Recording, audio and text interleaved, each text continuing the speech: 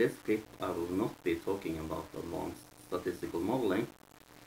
Instead, I will try to keep it simple and illustrate a basic point about probabilistic evidence.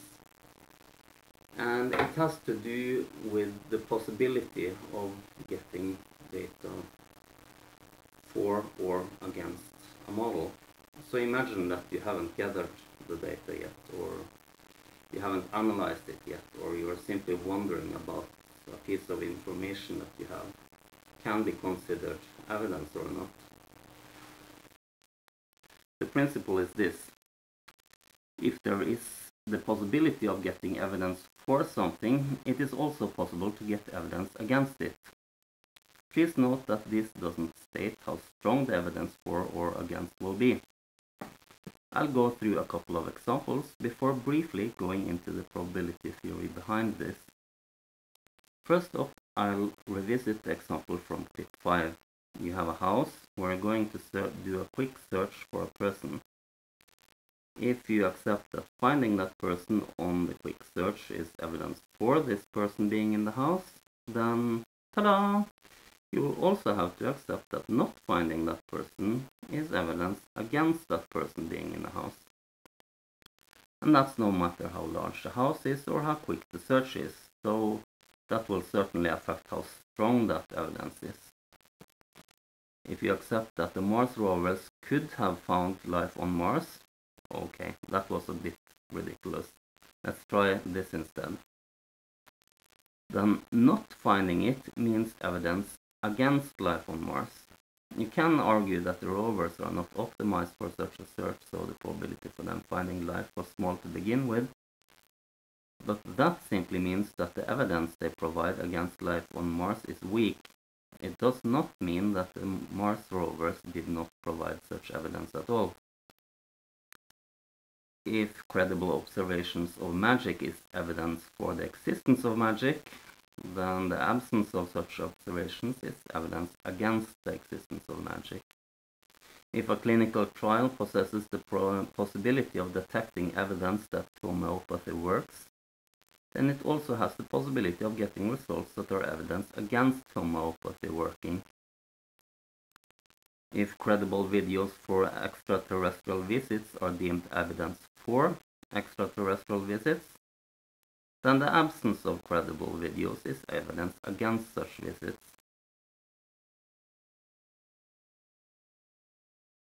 I'll first illustrate the probabilistic reason for this principle using the same graphics as in clip 8. In clip 8, a probability was decomposed into several outcomes such that the probability was a weighted average of the component probabilities. This was a graphical representation of Rule 6 in clip 2b. So let's imagine we have only two models, M and its antithesis, not M, and we have only two possible data outcomes, which I will call success and failure. If you look at the model probability, it means that this will be found at the balancing point between the model probability given success and the model probability given failure, with the weights given by the failure and success probabilities. Now, if success means evidence for model M, that means that the probability of M will be greater given success than it was previously. So that quote-unquote weight will be to the right of the prior probability for the model. So, in order to balance this, the probability for the model given failure has to be to the left of the prior model probability, i.e. the outcome failure has to be evidence against the model. It must instead be increasing the probability for the antithesis, not M. Now comes the mathematical proof in the case of two models and two outcomes. Again, I will call one outcome success and one failure, and I will assume that success is evidence for model M.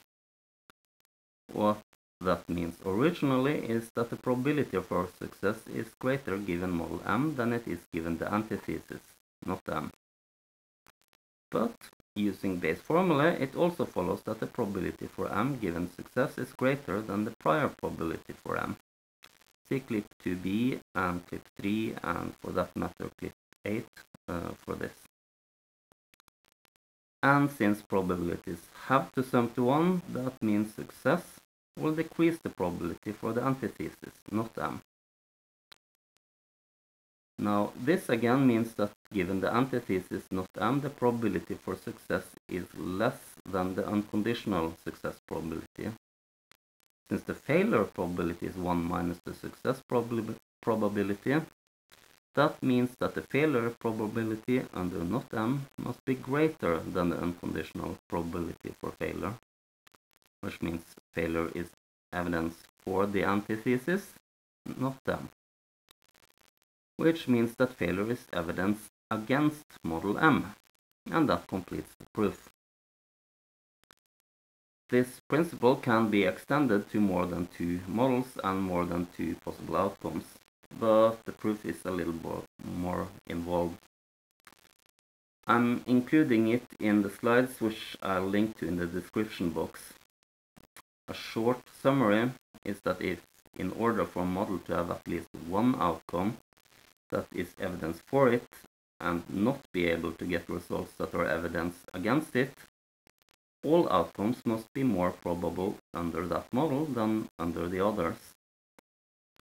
But then the sum of the probabilities for all outcomes will have to be larger for that model than for the rest. But the outcome probabilities has to sum to 1 for all models, so that doesn't work. Okay, that was all. See you.